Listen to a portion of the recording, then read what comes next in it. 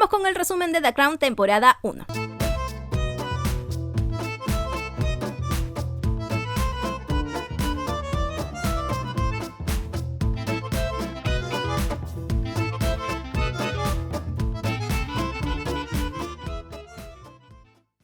La serie empieza con un hombre que no conocemos en un baño y tosiendo sangre en el inodoro y uno dice ¿qué? ¿Quién es? ¿De dónde salió? Este es el primero que va a morir. Y efectivamente nos están mostrando los primeros signos del cáncer al pulmón del rey Jorge VI, el papá de Chabelita. Cáncer que tuvo porque el señor fumaba muchísimo y finalmente por esto falleció. Pero no nos adelantemos. El caso es que es 1947, es un día antes del matri de la princesa Isabel y hay una ceremonia donde su prometido, el príncipe Felipe de Grecia y Dinamarca, renuncia a sus títulos para poderse casar con ella y lo nombra Felipe de Mountbatten, duque de Edimburgo. Se casan muy enamorados, que creo aquí entre nos que son los únicos de toda esa familia que tuvieron ese privilegio, pero bueno, se mudan a Malta, nace el príncipe Carlos, la princesa Ana, son súper felices ahí, los niños crecen y cuando están festejando que a Felipe lo ascendieron en la marina de teniente a capitán de corbeta, ¡tras! Que los llaman para avisarles que deben regresar a Londres de emergencia porque al rey Jorge lo van a operar. En esa operación le sacan uno de sus pulmones por el tumor que tiene, sin embargo esto queda en absoluto secreto y supuestamente la operación sale bien y le dicen que ya puede regresar a su chamba de lo más normal. En temas políticos, Winston Churchill es electo como primer ministro por segunda vez, a pesar de que muchos de su propio partido no estaban muy de acuerdo, pero recibe todo el apoyo del rey Jorge VI. Por otro lado, se empieza a mostrar la atracción entre la princesa Margarita, la hermana menor de Isabel, con Peter Townsend, un caballerizo del rey, es decir, un hombre de total confianza del rey, que era oficial de la Fuerza Aérea Real e iba de arriba para abajo con el rey. Y obviamente esto era en ultra secreto porque él era casado y con hijos, ¿se imagina? Eso sería un súper escandalazo para la época. Pero más adelante profundizaremos en esa relación porque fue todo un pedote. Así que sigamos. El doctor que operó al rey le confiesa que en la operación le sacaron un pulmón que lo tenía hecho mierda, todo negro horroroso, el pobre pulmón. Pero aún queda comprometido el otro y que le quedan solo meses de vida. Es por este motivo que el rey empieza a preparar a Isabel para cuando le toque asumir el trono, obviamente sin que ella sepa que realmente le quedan pocos meses de vida. Por lo que le explica la caja roja que le llevan todos los días al rey con documentos confidenciales que debe revisar y también le propone que haga un viaje por meses a la Mancomunidad de Naciones representándolo. Esto no le gusta a Felipe, pero al final acepta porque el rey lo despierta a las 5 de la mañana para ir a cazar patos y le manda a su chiquita y le dice que su prioridad como esposo de Isabel debe ser apoyarla para convertirse en reina. Tiene razón. Muere el rey, Felipe le da la noticia a la princesa Isabel, ella elige Isabel como su nombre real e inmediatamente regresan a Inglaterra. Mientras tanto, una de las preocupaciones de Margarita, la hermana menor de Isabel, era que con la muerte de su padre, a Peter, su amor secreto casado y con hijos, lo iban a mandar a otro lugar, entonces logra que su madre solicite que Peter se quede como su auditor. Pero lo que no imagina es que cuando el secretario personal de quien era su padre y ahora sería de su hermana, Tommy Lascelles, le propone esto, lo encara y le habla de la relación inapropiada que tiene con Margarita y Townsend se queda tieso y traga, que acepta la propuesta a pesar de verse descubierto por el secretario. Se realiza el funeral de Jorge VI, al cual asiste su hermano Eduardo, el duque de Windsor, quien abdicó a ser rey en diciembre de 1936 para poder casarse con una socialité estadounidense que ya se había divorciado 2 veces, y eso no era permitido por la corona y menos por el rey, que es el representante de la iglesia. Entonces, ¿qué hizo Eduardo? Renunció. Y con esta renuncia y su relación ganó el rechazo de su propia familia, incluida su madre, que lo recibe con una cara de orto. Y en una carta que le escribe a su esposa, Eduardo le deja en claro que él solo ha ido por interés para ver qué les pueden sacar por el insulto de no invitarla al funeral. Money makes the world go around, the world go around, the world go around. Isabel empieza sus labores como reina y se reúne con Churchill, quien le dice que su coronación será dentro de 16 meses, y ella queda como que what the fuck, ¿por qué tanto? Y Churchill le dice que era por beneficio de ella, pero realmente luego descubre que es porque le conviene a él para que no lo saquen de su puesto. Isabel anuncia oficialmente que mantendrá el apellido de la casa de Windsor y por esto tiene un pleitazo con el Felipe porque él le había pedido que tome su apellido y así la casa real lleve el apellido de él. Ella hace lo posible por hacer feliz a Felipe con esto, pero al final no es aceptado, pero ni de chiste. Y además también ella decide que vivirán en el Palacio de Buckingham. Y Felipe se pone emputadísimo porque estas dos decisiones lo hacen sentir menos y él le dice que ella le está quitando todo, su carrera, su hogar y hasta su apellido. Uy, no. Luego de que pasó lo de la Gran Niebla de 1952, donde literal toda la ciudad se llenó de humo y niebla, lo que ocasionó pérdidas de vidas y pérdidas económicas a raíz de que la gente por el frío quemaba más carbón, pero era carbón de baja calidad porque el de buena calidad lo exportaban, entonces estaba mezclado con azufre y literal no podían ver nada, y no solo afectó la salud pública sino también el medio ambiente, empezaron los preparativos para la coronación de la reina Isabel, ¡por fin! Que lo haga ya se tardó. Le dice a Felipe que quiere que sea parte del comité de coronación y él le dice que le ofrece eso porque le tiene lástima. Ella le dice que en el pastel, que lo hace porque lo quiere tener cerca. El caso es que al final él acepta y por primera vez en la historia él propone y logra que la coronación sea transmitida por televisión. Y lo que sí no logra es no arrodillarse ante ella como su reina. Ya sabemos que él se sentía menos con ella y pues al tener que arrodillarse se sentía más minimizado, pero no le quedó de otra más que apechugar y arrodillarse nomás.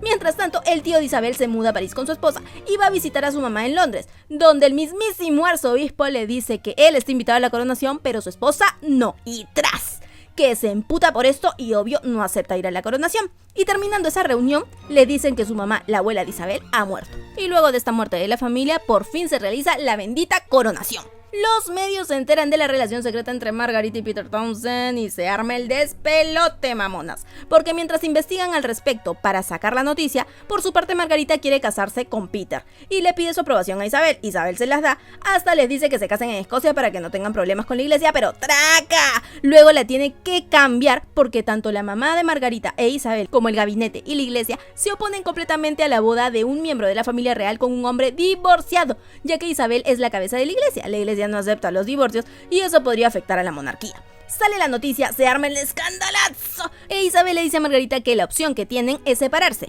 mudarse a destinos separados y esperar 2 años para que ella cumpla 25, porque con esa edad no requiere la aprobación de la reina para casarse con quien quiera. Margarita se emputa, pero acepta porque no le queda de otra. Isabel les promete que tendrán un último encuentro antes de separarse, pero al final no lo puede cumplir y transfieren de un momento a otro a Peter a Bruselas y así los separaron por 2 años. Se acerca el retiro del secretario privado de Tommy Lascelles, la reina pide que Martin Charteris, quien fue su segundo secretario privado cuando era princesa, lo reemplace, ella se lo propone y él acepta. La reina contrata a un tutor para que le enseñe todo lo que no le enseñaron cuando era pequeña como ecuaciones o cultura general, ya que le dijeron que no era digno para la gente de la realeza. Y tras, que cuando el tutor le pregunta qué certificados de educación tenía, pues que no tenía ninguna, mamonas, porque ella solo le enseñaron bordado, costura, recitar poemas y ya.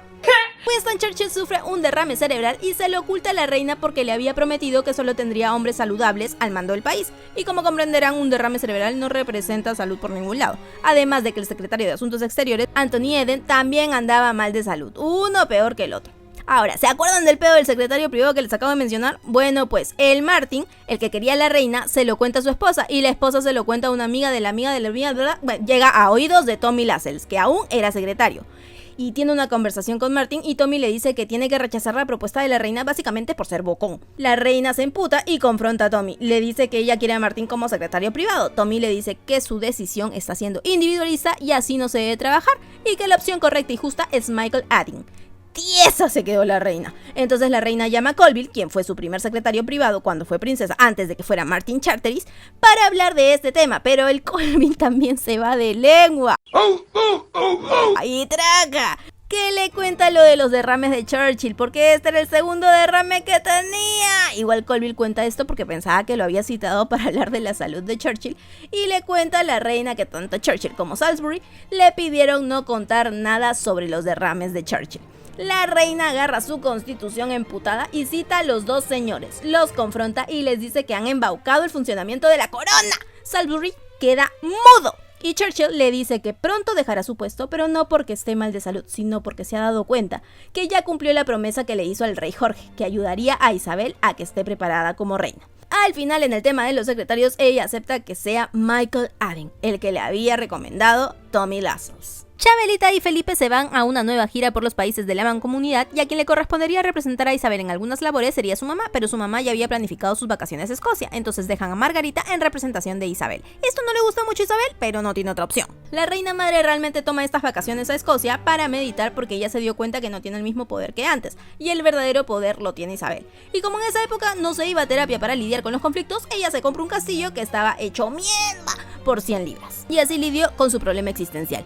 Margarita hace un despelote con los discursos que tiene que dar porque a pesar de que se los escribían, ella hace modificaciones diciendo que habían sido escritos para una persona seria, fría y distante, es decir, Isabel. Pero ella tiene otro tipo de personalidad y le mete su edición sabor y sazón y básicamente hace una rutina de stand-up, que aunque se ganó al público, Isabel cuando se entera se pone celosa porque dice que la está opacando. Igual Margarita sigue representando a su hermana y hasta le ataca bajito la mano diciendo que extraña a Townsend y no a Isabel. Churchill se entera entera de esto, se emputa, habla con ella y le dice que ya no representará a su hermana y que traerán de vuelta a su mamá para que represente a Isabel como debió ser desde un principio. Por su parte, Isabel y Felipe empiezan a tener problemas durante su viaje y en un pleitazo que tienen, ella hasta le avienta cosas, la prensa los graba, por lo que Isabel tiene que hablar con ellos para que esas imágenes no sean publicadas y consigue que los reporteros le den la cinta. Pero los conflictos siguen y esta vez es porque Felipe no quiere ir a Gibraltar en el tour porque hay revueltas y resulta peligroso. Y Chabelita se pone firme y le dice que sí van a ir, que le guste o no, ella es la que tiene la corona en la cabeza y con este último lugar terminan toda su gira. Luego de todas las discusiones habidas y por haber, Felipe cada vez está más distante de Isabel, sale más con sus amigos, entonces ella empieza a pasar más tiempo con Porchi, un viejo amigo y su manager de carrera de caballos,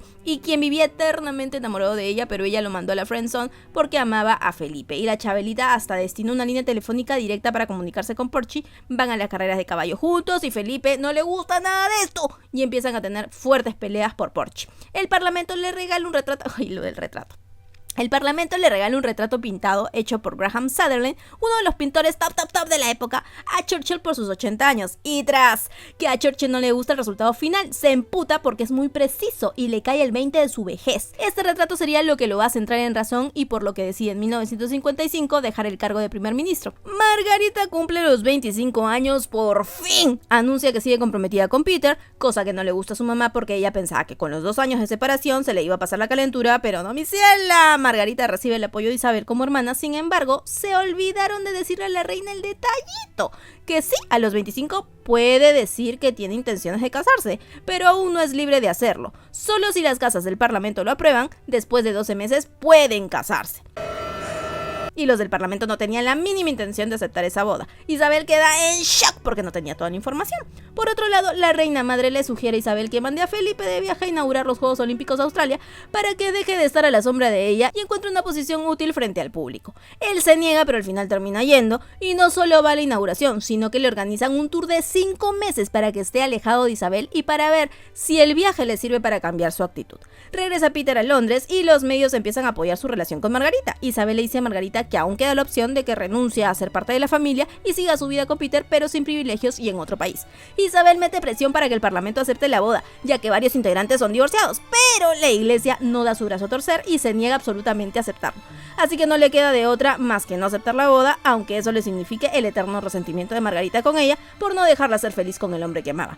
Margarita dice que nunca perdonará a Isabel por esto y le dice a Peter que jamás se casará con otro hombre. Al final de la temporada, Peter y Margarita anuncian que han terminado su relación, Peter regresa a Bruselas, la reina Isabel sigue con sus deberes y a Felipe lo mandan lejos de Isabel y sus hijos a su viaje durante 5 meses.